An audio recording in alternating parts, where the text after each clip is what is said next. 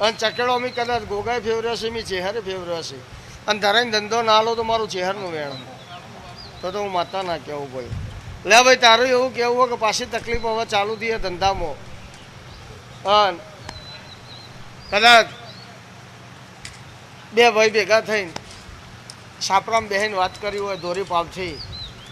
અને બોધા એ એવું કીધું હોય કે ચેહરમાં ભલામણ કરજે અને સારું થઈ જાય ચિંતા ના કરે હું બેઠો હું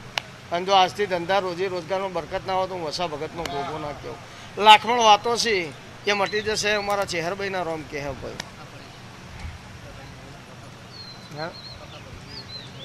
એ આજથી મટી જાય કોઈ તકલીફ નહીં પડે વધાવો થાય ભાઈ